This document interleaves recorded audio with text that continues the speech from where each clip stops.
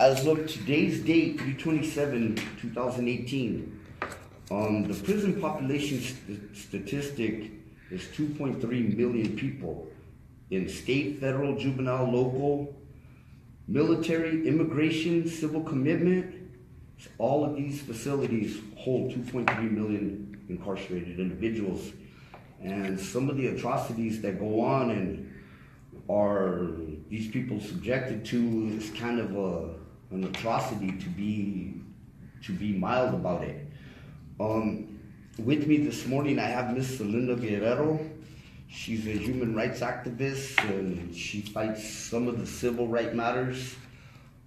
She's also looking into some situations within the prison populations across the United States itself, but here locally in New Mexico and abroad, of course. But I'd like to welcome her to the show this morning. How are you doing, Ms. Guerrero? Hello. Thank you so much for having me today and covering this really important topic. That's really just something that is there's so many that are behind the walls that don't have a voice, and it's incumbent upon us to be their voice, and so that's why we're here today, is to be that voice.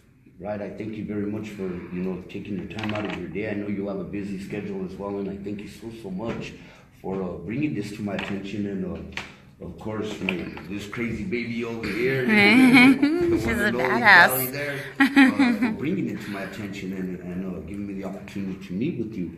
Currently, one of the major things that we're going to get into this morning, the reason that was brought to my attention, is we have quite a few number of prisons here in New Mexico. It's kind of a wild thing, I'm sure that's everywhere, but particularly there's in Lee County, there is a correctional facility run by...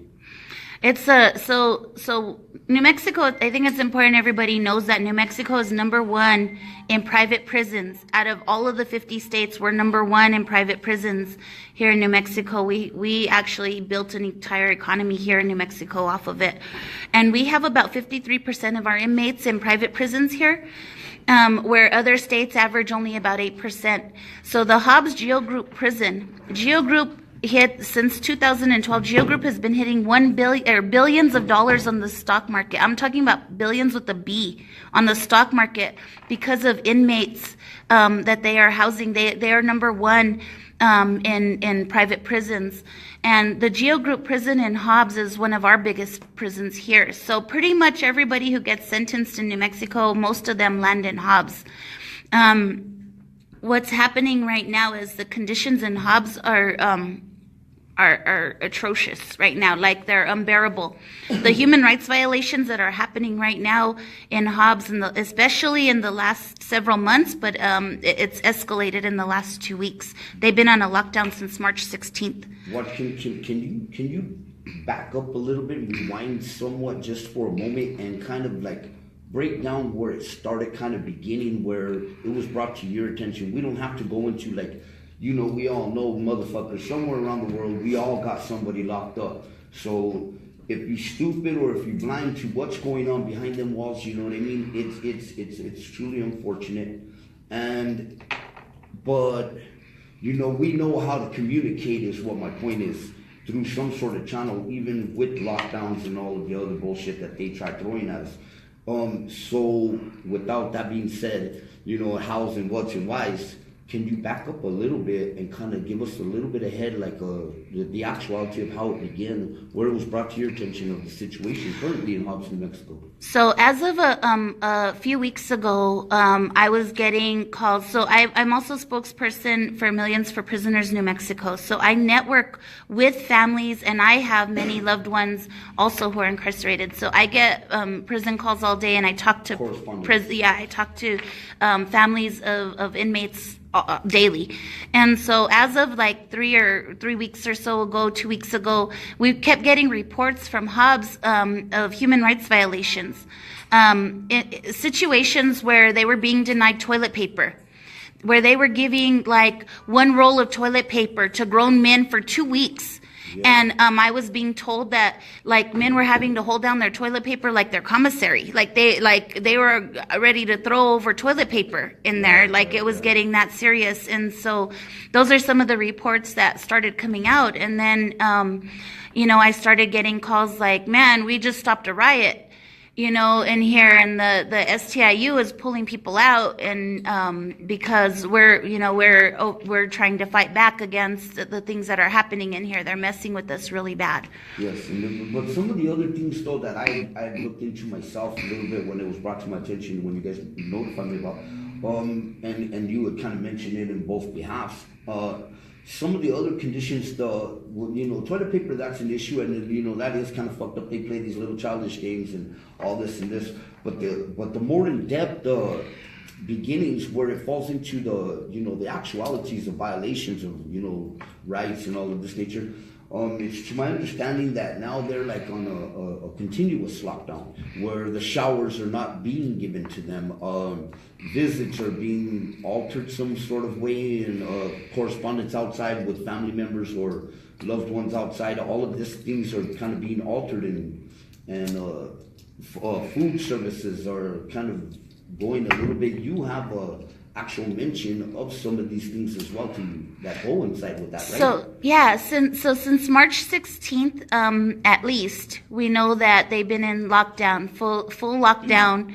15th, 16th, they happened right in there, and they canceled all visits. There hasn't been any visits, and then they turned the phones off. So they literally shut off communication with the whole outside world.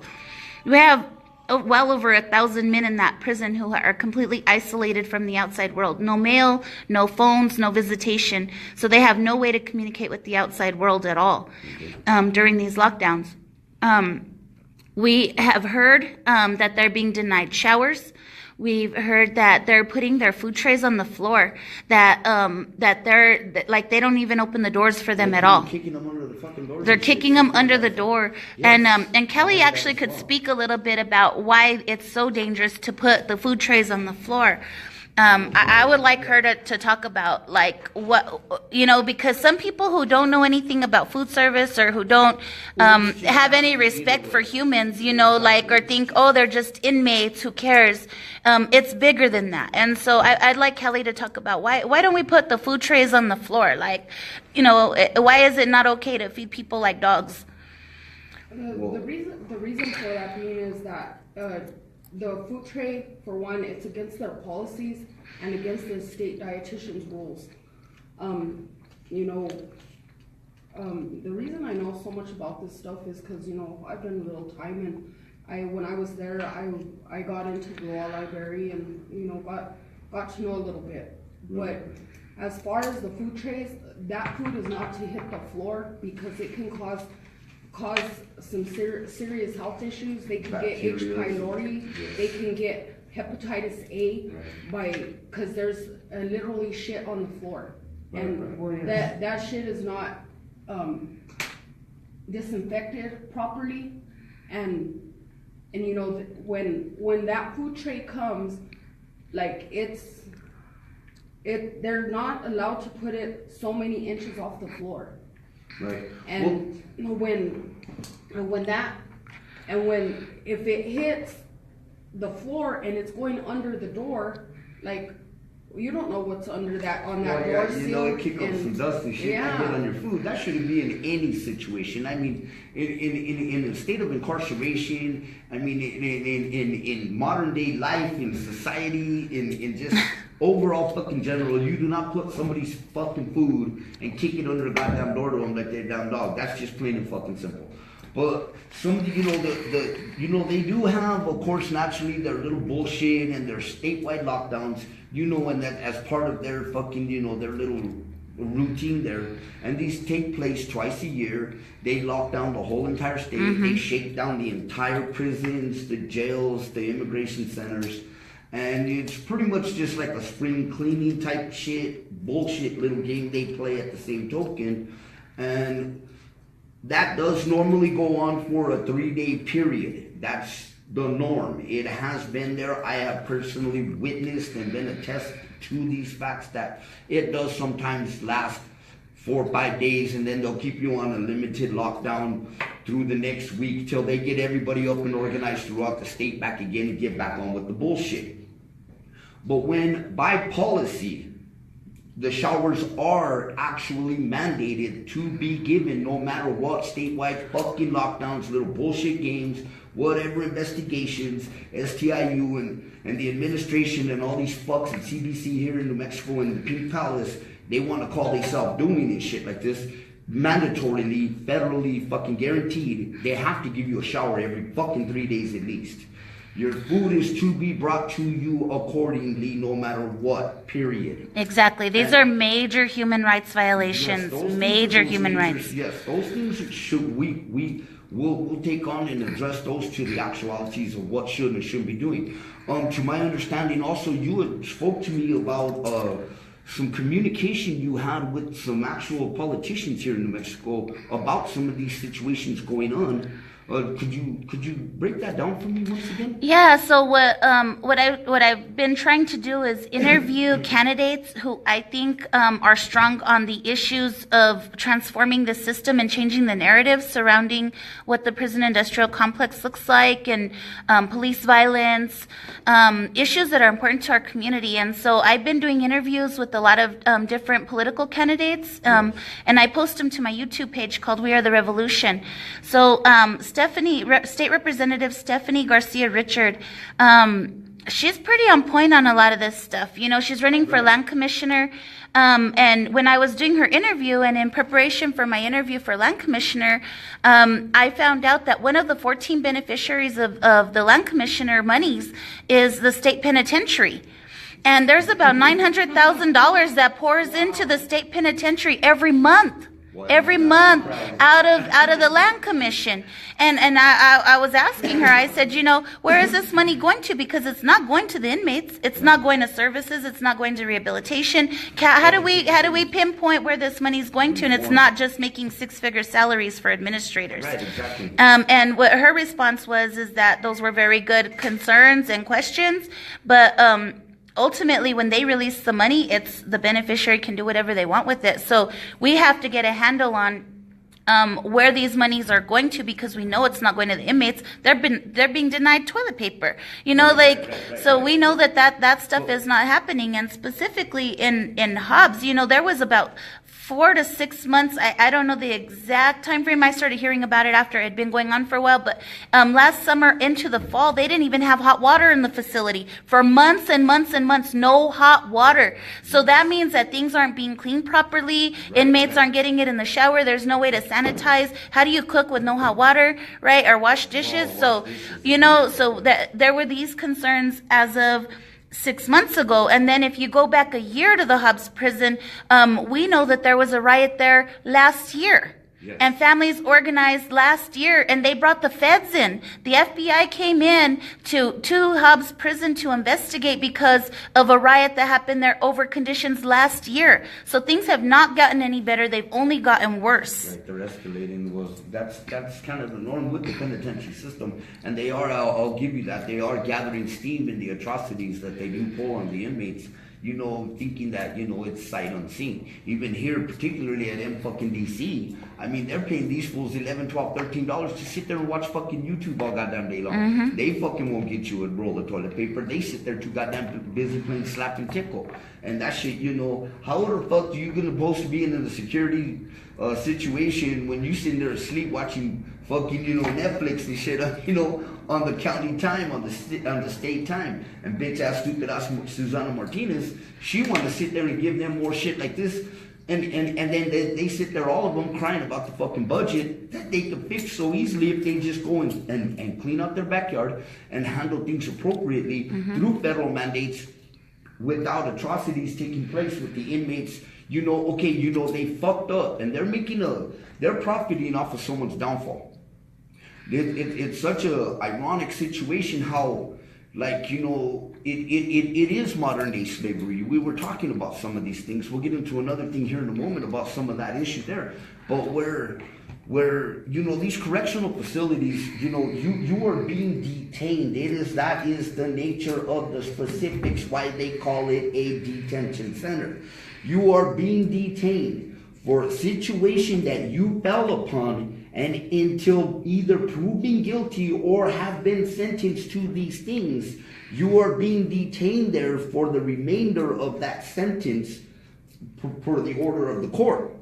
You are not to be out there fucking treated like a goddamn wild animal or some other shit like that that nobody gives a fuck about. There still are rights. I mean, yes, there's some fucking weirdos out there, some off-the-wall nutcases, child molesters, shit like that.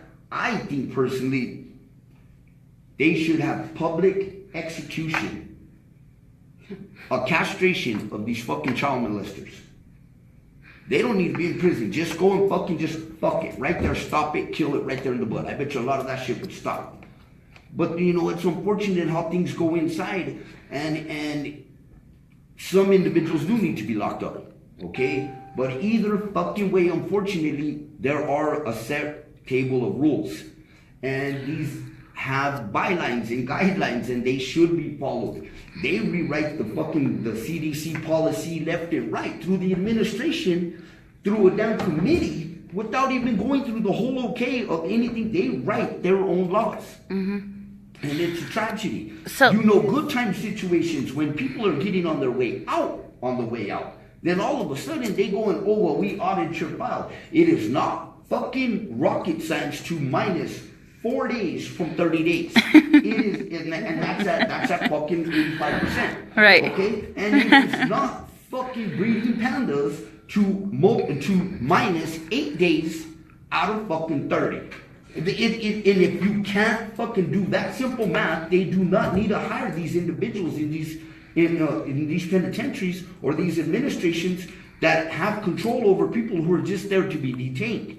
Now, when these things come about and, showers aren't being given, that's just human dignity. I don't give a fuck if you're out here on the street or if you're inside that wall. You need to wash your fucking ass. That's plain and simple, and that's just plain nasty. You should not let anybody do that when you're especially getting paid to fucking have this shit done for these people. And what's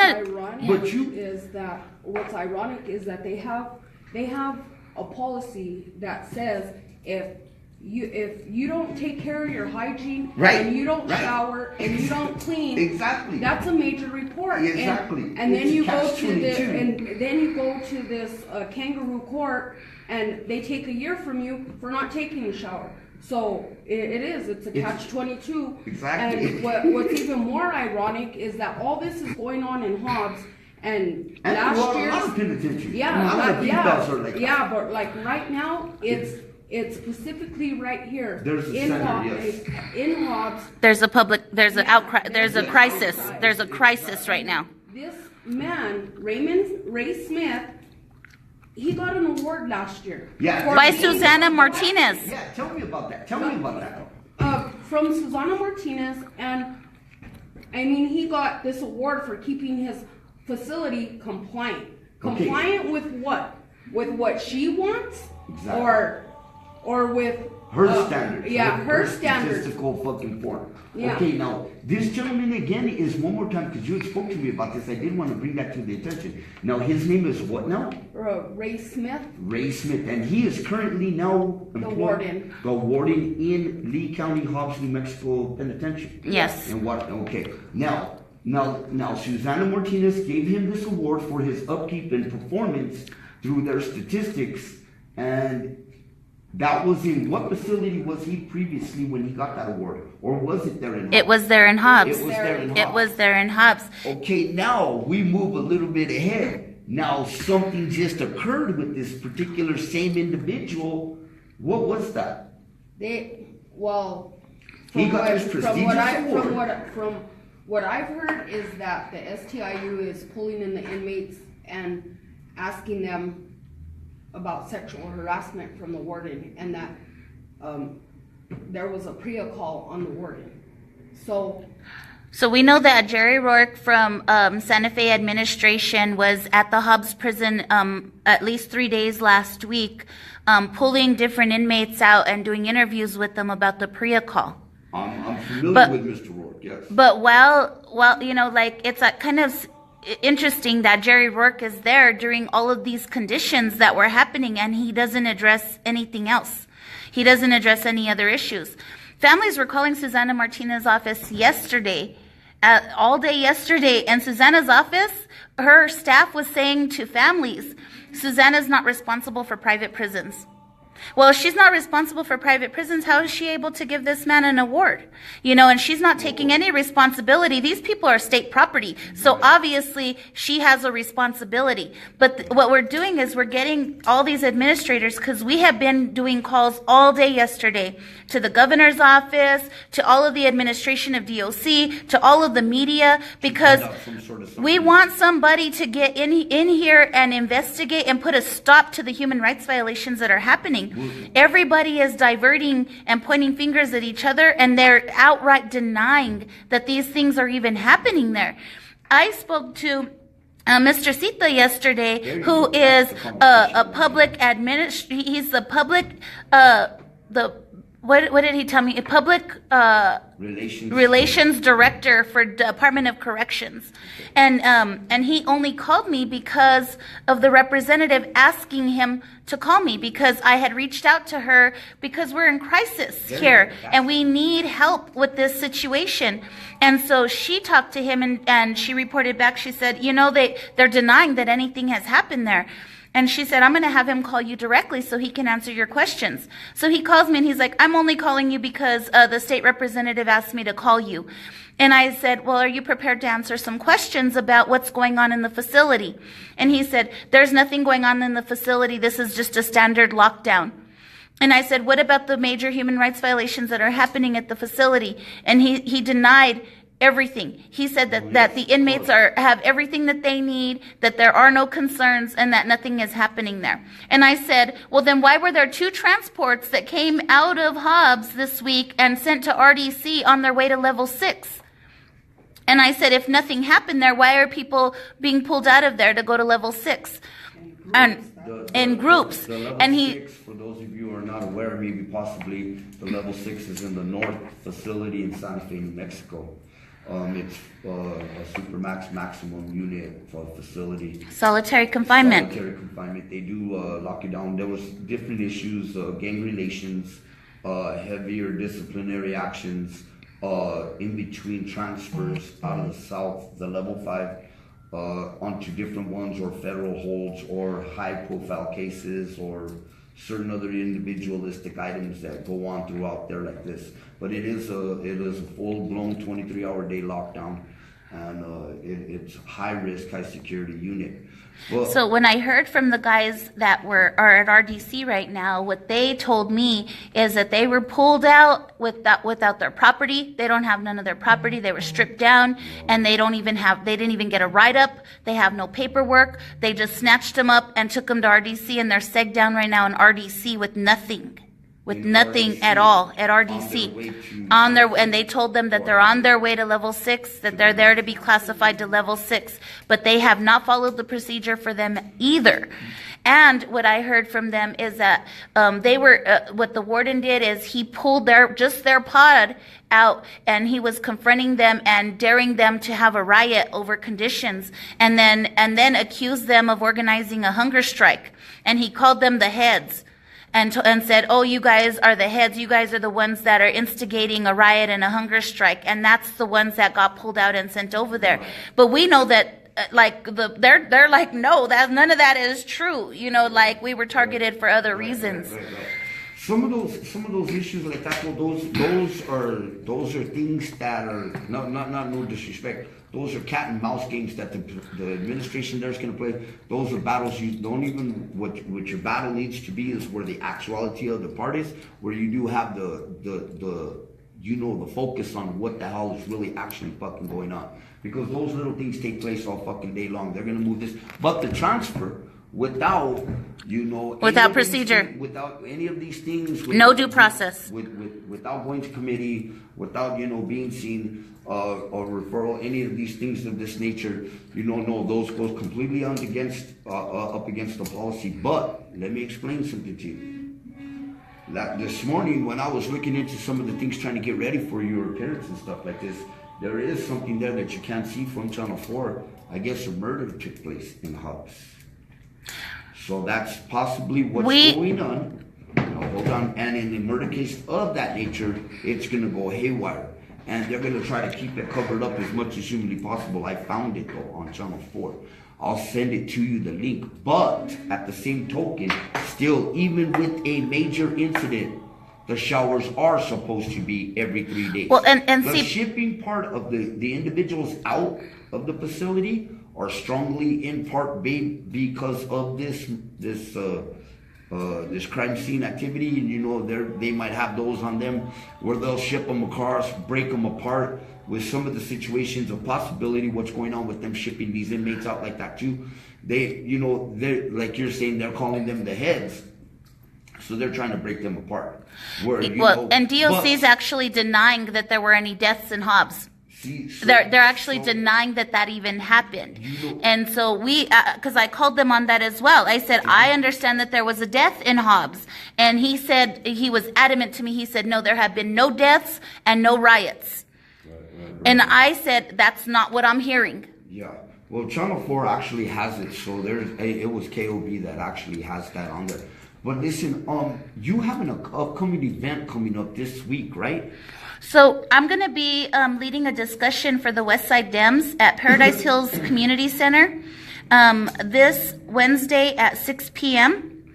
I'll be with the ACLU attorney, Paul, and I'll also have two other ladies who are there who are formerly incarcerated, and we'll be leading a discussion, having an in-depth discussion about the prison industrial complex in general. And I do intend to bring up the issues of Hobbs at that meeting. Yes. And once again, where is that address at? It's Paradise Hills Community Center. I don't have do you have I can send the link. Yeah. You could just send me the link. Just send it to me like this. And any other contact information that we maybe get a hold of you. Now, you also are doing something else before I get into your contact information.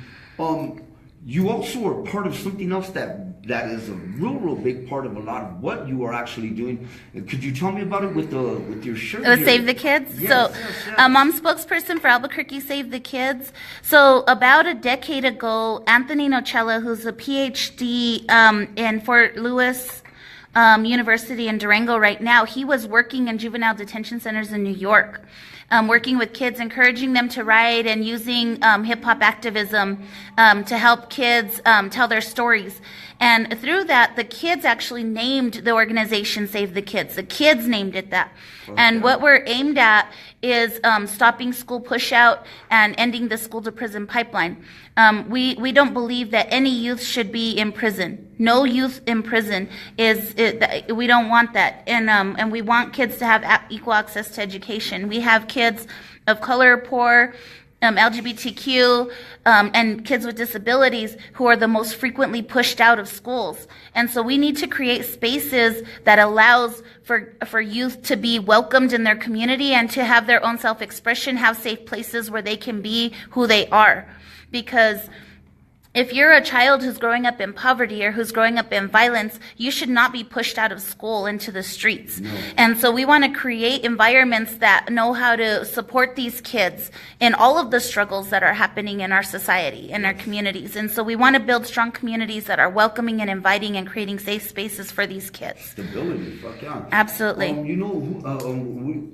We have a couple of individuals who, partake in some of these bigger events of that nature. Of course, Mr. Lorenzo Terro, House himself, he's real heavy into those things. Mr. Jeffrey Padeo and Familia, they también, all the way across the board, they're into those things. Of course, we all know that crazy fucking baby Josh Perez, he jumps on board with these things very well.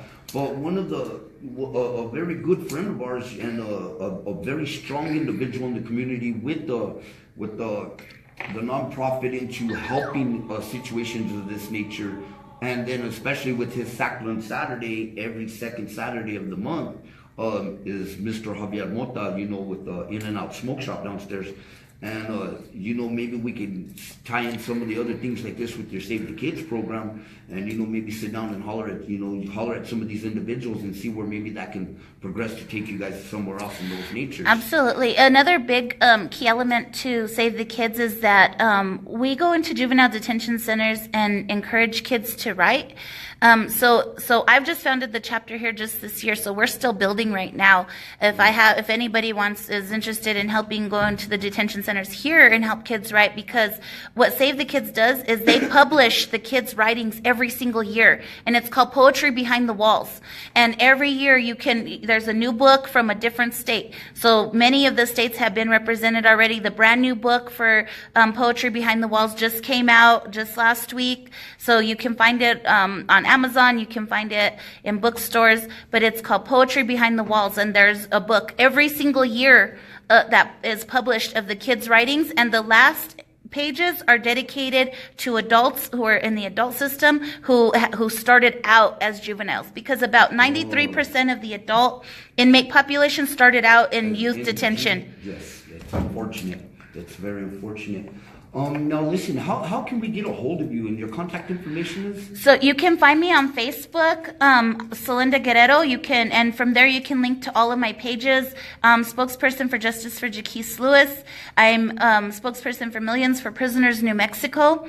Also Albuquerque Save the Kids, and the worst of the worst. Was it Justice or Just Us? And this is information. I'm helping the inmates who were targeted in the federal sting operation that happened a year ago that targeted the Black and brown community here in Albuquerque. And so this is their way of telling their story as well. And so you can connect to all of those pages there. I also help administer the APD BCSO and crisis page, where we're calling out police violence and addressing the modern day lynchings that are happening in our streets today. Because if anybody thinks that lynchings ever ended, they never ended. What you're seeing today of our people being murdered on camera in the streets, or being murdered in their communities in front of their people, those are modern day lynchings. They have the same impact that they had back then. They're intended to instill fear in the community. And that's why there's no justice for these murders. Exactly. It's intentional. It is, exactly. It's a fucking population, it's an atrocity. Justified injustice, the job that we particularly done. It stirred up a little controversy itself, but it speaks the truth on real actuality and no fucking bullshit about what the fuck these police is out here bum fucking wild. And you're correct, it is an actuality of a modern day lynching. It's a genocide. And it's population control like a motherfucker. I mean, how can you live, full-blown broadcast worldwide on air and on video? The murdering of our people. Killing the murdering of our people. I'm like, that shit, what the fuck? Let us go pull some shit like that. They're gonna break us off with a 25. We'll be underneath the prison. Gone. You know? But also, you can find me on YouTube. My YouTube page is called We Are the Revolution. On the We Are the Revolution page is where I post all of the videos of interviews that I've done with political candidates, where we're holding them accountable. Also, things from actions, different speakers, and interviewing people who are formerly incarcerated who are out here to tell their stories as well. So that's where you'll find all of those videos. You can also email me at oneandonlycelinda@gmail.com. But you just get at me. You know, I'm out here in the streets all the time organizing actions on behalf of the people. Yeah, we'll see what we can do. We'll see what we can actually do about some of those things that are taking place out there in Lee County, and see if, we can find out a little bit more through Central Bureau of Corrections, see if we can find some formidability with maybe, with our behalf, I'll get at it and see what I can come up with too, and maybe, we might find a little bit better rapport with somebody more professional in there who can kind of speak a little bit hairs, because they're fucking hush-hush as a motherfucker, but at least they could give us some insights into what's actually going on down there for y'all.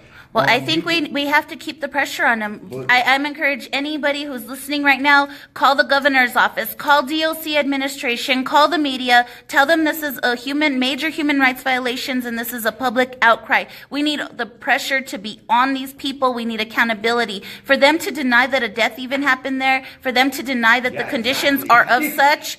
I'm getting messages here. Also, they want us to talk about the mold and mildew that happened there. That's another report that they said that whenever the state audits come in, that they make the inmates paint over the mildew that's in the facility to try to hide it.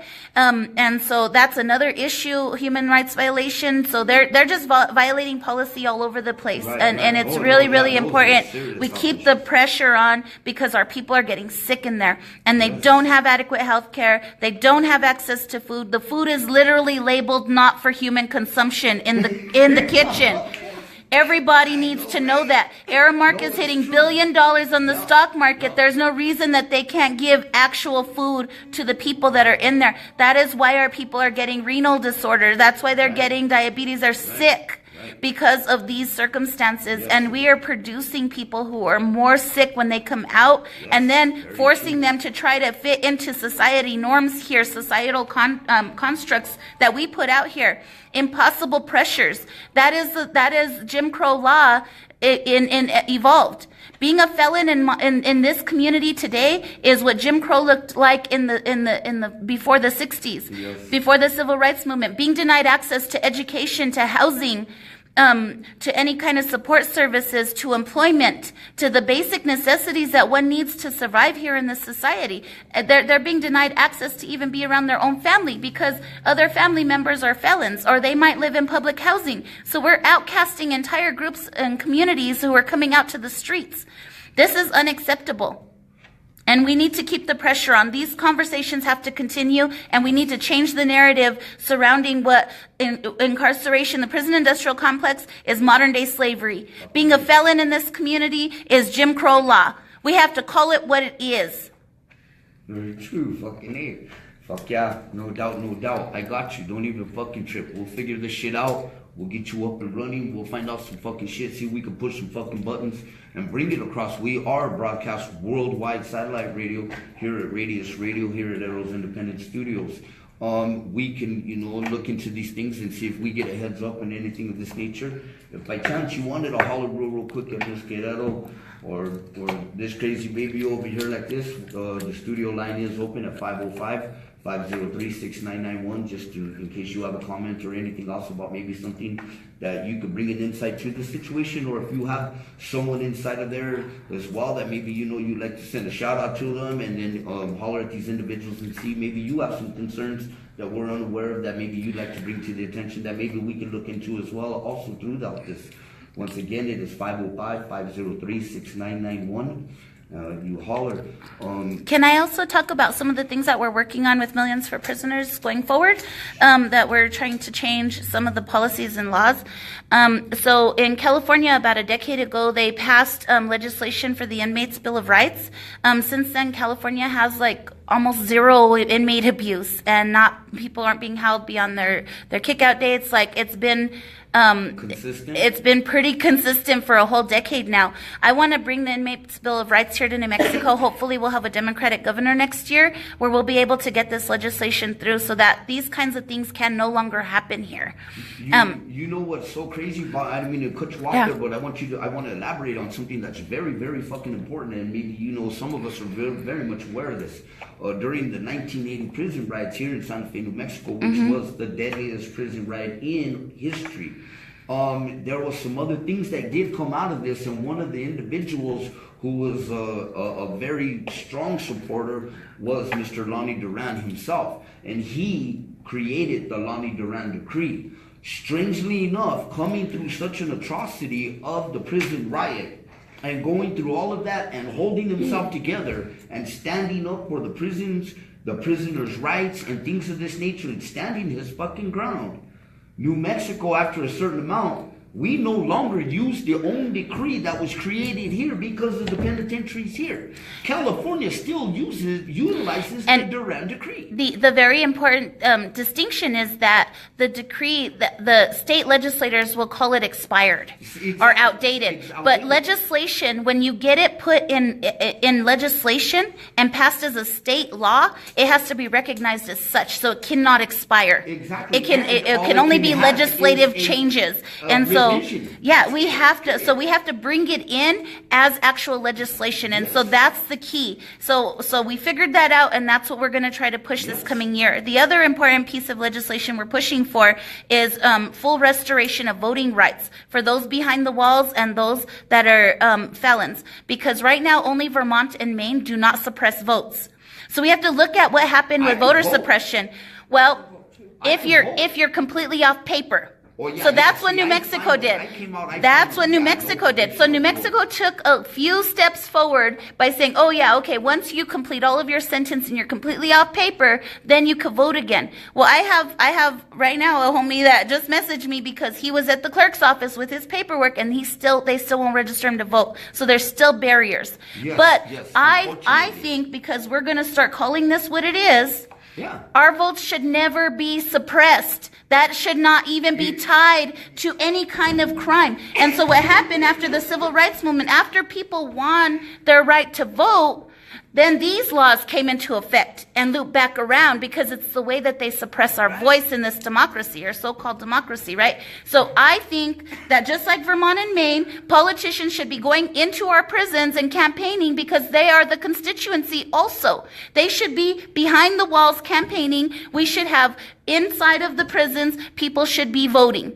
That has to happen here because that is political power. That is how we build power in our community, and that's how we make the change. Right now in California, their bill is on the table now in 2018 to restore voting rights to all of the inmates and felons in California this year. So if they pass theirs, they'll be the third state. I want us, New Mexico, to be the fourth state that does not suppress votes anymore. No longer, because it doesn't even make any fucking sense that we would suppress a person's vote because of a crime. And especially when fucking 90% of them politicians in that motherfucker are more crooked than us. Thank you. Thank You you. know what I mean? I'm just gonna fucking keep it real, you know what I mean? Fuck Donald Trump. You know what I'm saying? And what kind of power would we see if 6 million people on probation and 2.3 million incarcerated could suddenly all of a sudden vote? They would have to hear us. They'd have to fill us. Exactly. That's why you're exactly right. They suppress that. That's exactly why they want to take that from us. Oh well, because of this and that and the other. Fuck you. We still out here, but you still want our fucking money. You still. We want still us have to pay do this. taxes. You want us to comply with. You want us to comply with. You want us to comply with your fucking bullshit laws and everything else of this nature that go inside with all of this shit that you're doing. Well, shit. Why in the fuck not? You goddamn right. I'm gonna speak my shit. One way or fucking other. I don't give a fuck. If I gotta go kick back with some Indians and fucking over there at the fucking bench at the bus, I'm gonna go we're gonna send some smoke signals. We gonna be fucking heard. That's no bullshit. And especially like this, it does need to be addressed seriously. I've been wanting to look into some situations like this. I mean, particularly even the local jails. MDC, I mean, look at the shit, you know what I mean? They got some scandalous motherfuckers up in there. And some of those conditions should be addressed fully. I've worked with Susie Chavez. Shout out to Susie Chavez for being able to come out and survive after what happened to her in MDC. Justin Allen. There's so many that have been extremely abused at MDC. Oh, no, the medical staff there, the situation, it's an Eric Pacheco got MRSA in MDC a year ago and lost his bones. They had to do emergency surgery. He lost his collarbone. They would not treat him. BCSO broke his collarbone when they arrested him, and they never treated him in MDC. He got MRSA in his bones, and he has now lost all his bones inside. They got some fucked up shit going on in that motherfucker. They refilter that water out there. We have to say their names. These people, these are humans. They are important, and we have to recognize them and recognize our own humanity and protect our own people. Yes, you know what I mean? And You know, just that's because. so true. And it all boils down to, like, Susana Martinez should be responsible and she should be held accountable for all this that's happening. You know, and unfortunately, she won't. What she does is she passes the buck to someone else. You know, that bitch keeps on moving with steam. That bitch don't give a fuck. Like, we're all taxpayers. Mm-hmm. Exactly. All taxpayers. She don't care. And in all reality, like what they say is like they're a product of the revolving door, a product of the system. And what it is that they make this program so hard for anybody to get through. And what another person does is turn around and say, it's easier for me to go back. When they come out, they make their probation rules so hard, and that is so what it is, it's a revolving door, and what it is I believe that The system, Susana Martinez, and her system, it's her system because she made it that way. Yeah, she fucking did. And she needs to be held accountable for what's going on. Yeah, and we have to recognize like these systems are intentional. These are not accidents. This stuff is not accidentally happening. It's intentional. And that's sad. It's really sad. That's inhumane. The way they get treated.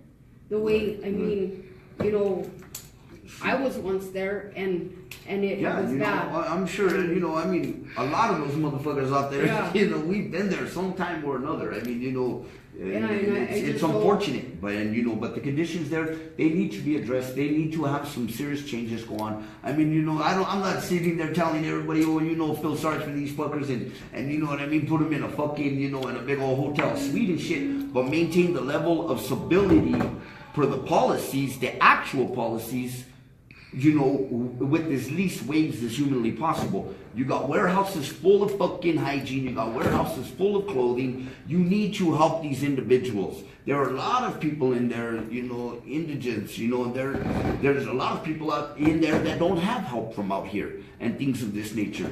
And those things need to be addressed accordingly because, you know, they need help. And you know, these issues like this we'll get into, and I'd like to very much have you come back to the show. Maybe like I was talking to you about on my Memories and Tears, my Oldies and Dedication show on Sundays. Maybe you could slide through and do a partial segment with me like that if you would like to. I'd love to. Speak about some of the, you know, some of the other things that continues, and I'll look into them as well. I'll see if I can't talk to some of these other individuals. Excuse me very much. I'm terribly sorry. I'll speak with some of the other individuals as well and see what we could do to get some sort of other movement. Maybe we could put something together, you know, for the public like this and some sort of show of some sort and see what we could do to get some sort of support and put it out there. Maybe, you know, at least let these people know that we give a fuck about them, you know, here in New Mexico and worldwide. Because, you know, like I said, unfortunately, somebody everywhere, they have somebody locked up. I'd like to thank you very much, Ms. Guerrero, for taking your time out of your busy day this morning, coming and seeing me, bringing me them donuts and that hot cocoa. And this crazy baby over Next here. time. I'm so hurt. I told you. I know, no Little goodies Dustin, she's today. right across the street. You know, we can do this. You know what I mean? I was running late. I'm up at 3 a.m. to get my ass together for this shit. But I love my fucking job. I can't deny it. And I get to meet individuals such as yourself. On behalf of the ladies' guests this morning, I thank you so very much. You know, there are some situations, incarceration situations, that do need to be addressed. Like I stated, you know, no disrespect to anybody. I'm not trying to make waves or anything of that nature to a sense. I'll push the envelope a little bit there to get things done. And I'm not saying, like I said, you know, we're not over asking you to put these fuckers in fuzzy shopos and, you know, give them a medicinal card while they're back there.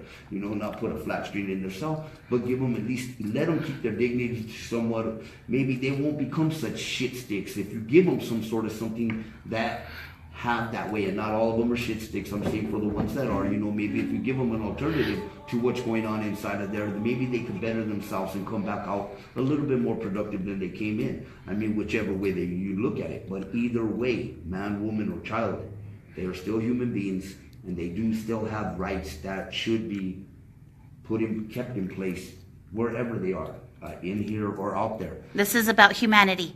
On behalf of everyone here at Radius Radio, I'd like to thank my guests this morning, this crazy baby over here, Kelly, and of course, Miss Guerrero. We'll be looking, you can send check her page. It's under Celinda Guerrero, and she has a Gmail address also. One and only Celinda at Gmail. And you can contact her with any other further information. You can also catch her Facebook page, excuse me for that.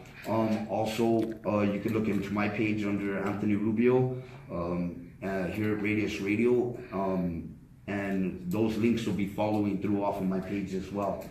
I'd like to thank you guys very much for this moment that you guys took with me, and I wish you guys all a very, very, very good day. Let's send a special shout out to everybody who is incarcerated around the world. More and respect. Keep your head up. We'll see what we can do to help you out with some sort of something in there. We're trying to get the Radius Radio app. Make sure you download that fucker on your Play stores, your Google stores. We're working with some of the issue with the iPhone. We're having a technical difficulty with the download on it for some particular reason, but trust us, we are on top of that to get that resolved. We are also instantly accessible on your laptop and your computer. You holler at us and catch all the other shows here on Radius Radio.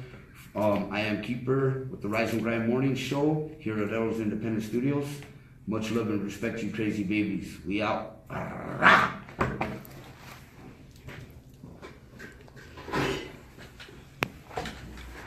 Thanks everybody who watched our show today and the video, and keep hitting me up any information that we need, and make those calls today, please. Make those calls to DOC, make those calls to the governor's office. Thanks.